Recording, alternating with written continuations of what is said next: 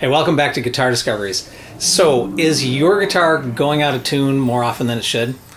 Now, of course, when strings are new, they need to be stretched and played until they stabilize. But after that, your guitar should stay in tune pretty well.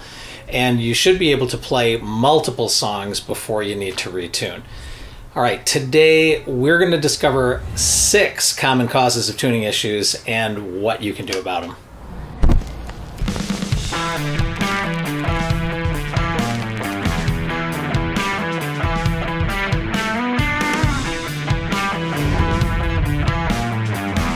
So I'm going to presume you have a reliable digital tuner so you can tune your guitar quickly and easily, and so you can know exactly which strings are out of tune. Now, if you want to know more about tuners, just watch this video, which I did many moons ago. Okay, so tuning issue number 1 is temperature and humidity. Changes in temperature and humidity cause your guitar's wood to expand and contract, and the neck will either bow up when it's damp or lean back when it's dry. And that changes the tension on the strings and causes them to go out of tune and or buzz and or be hard to play. So if you notice any of these issues, you probably need a simple truss rod adjustment and likely some temperature and humidity control. So, the temperature of the room you're in is up to you and where you are. But keeping a guitar humidification system in your case can really go a long way to maintaining an ideal 50% relative humidity, which is, good for most guitars. So here's a video all about that topic. Tuning issue number 2, bridge or nut problems. So if either your bridge or your nut aren't set up correctly, your strings can bind and then slip, and that radically affects tuning. So if you ever hear a pop when you're turning one of your machine heads, that means the string's winding has just slipped either at the nut or the bridge.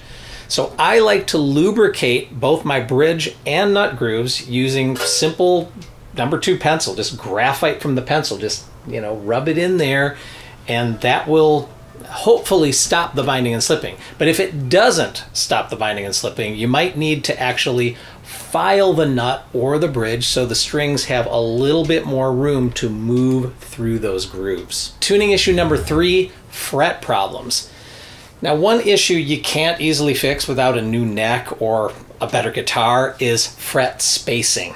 Now, uneven spacing is pretty rare these days because most guitars are built using automated processes and CNC machines. But, there are still some cheap or poorly built guitars where the frets are improperly spaced, and that will always cause intonation problems as you move around and up the neck. And in that case, you just need a different guitar. Now, fret wear is usually a longer-term problem, and it usually comes up on older guitars, when the frets get unevenly worn. So lots of guitarists use certain hand positions or play certain chords way more than others. And eventually that causes uneven fret wear and can lead to intonation problems and probably buzzing too. Now, if your frets still have enough height and mass, you can actually get them re-crowned and polished by a luthier.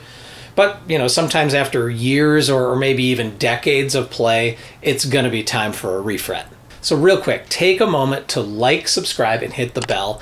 You're going to feed YouTube's algorithm, you'll stroke my ego a little bit, and you'll also make sure you know about upcoming videos.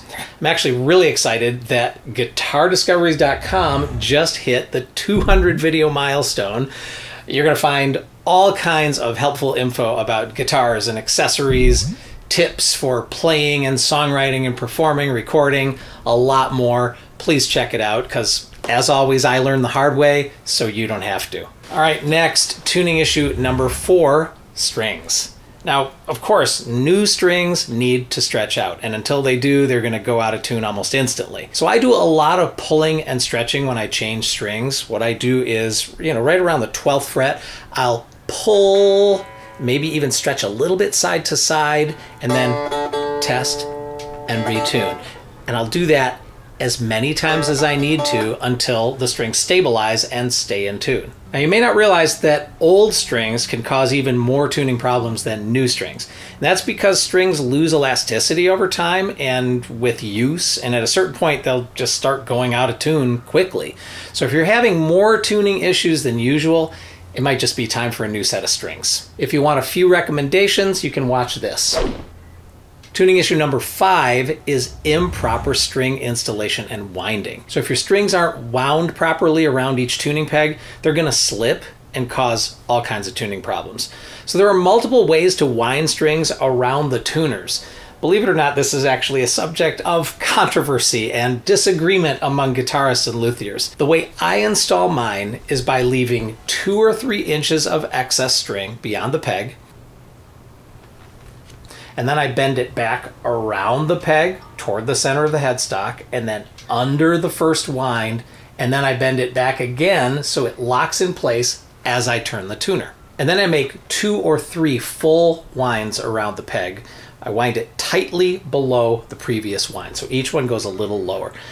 And I never have problems with string slippage using this technique. All right, tuning issue number 6.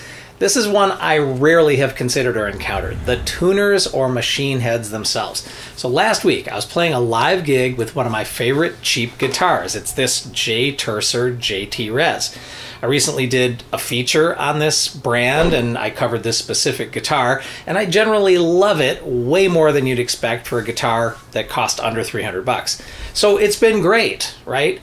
And it's been stably tuning for about a year, but at this particular gig, I found myself just having to tune the guitar almost constantly, like between every single song and sometimes in the middle of a song. So super annoying. Temperature and humidity were fine.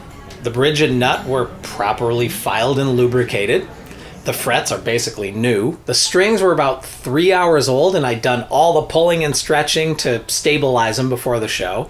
And they were wound and locked perfectly and correctly around the tuners. So what the heck was going on? Well, it turns out the tuners themselves were slipping. I could actually feel some play in the machine heads, like they were worn out on the inside and the internal gears weren't holding the strings in position. And so in this case with this low-cost guitar, it was because the tuners were just cheap knockoffs. So the solution was to get a new set of legitimate tuners. Now, replacing tuners is generally easy, so I thought, I'm going to do this myself. But I didn't want to do any modifications or drilling. So just to make sure I bought the right set of high quality replacement tuners, I snapped a photo and I sent it to my luthier, Takazo Takeda, aka the blues man from Japan. And he just said, yeah, those are cheap Goto style tuners, and he spec'd a set of real Gotos that I ordered online. And they came in a few days, and sure enough, they fit perfectly with no modifications. It only took about 15 minutes to replace the old tuners, and I just used a ratchet set, a small screwdriver, and a string winder. And problem solved, like no more slipping. In fact, the guitar's tuning is now just rock solid. I'm gonna have a much smoother gig with a lot less tuning next time. All right, I hope these 6 causes of tuning problems and equally simple solutions are helpful and that they keep you in perfect tune for a lot longer. All right, at least you know where to start to diagnose and cure your tuning problems.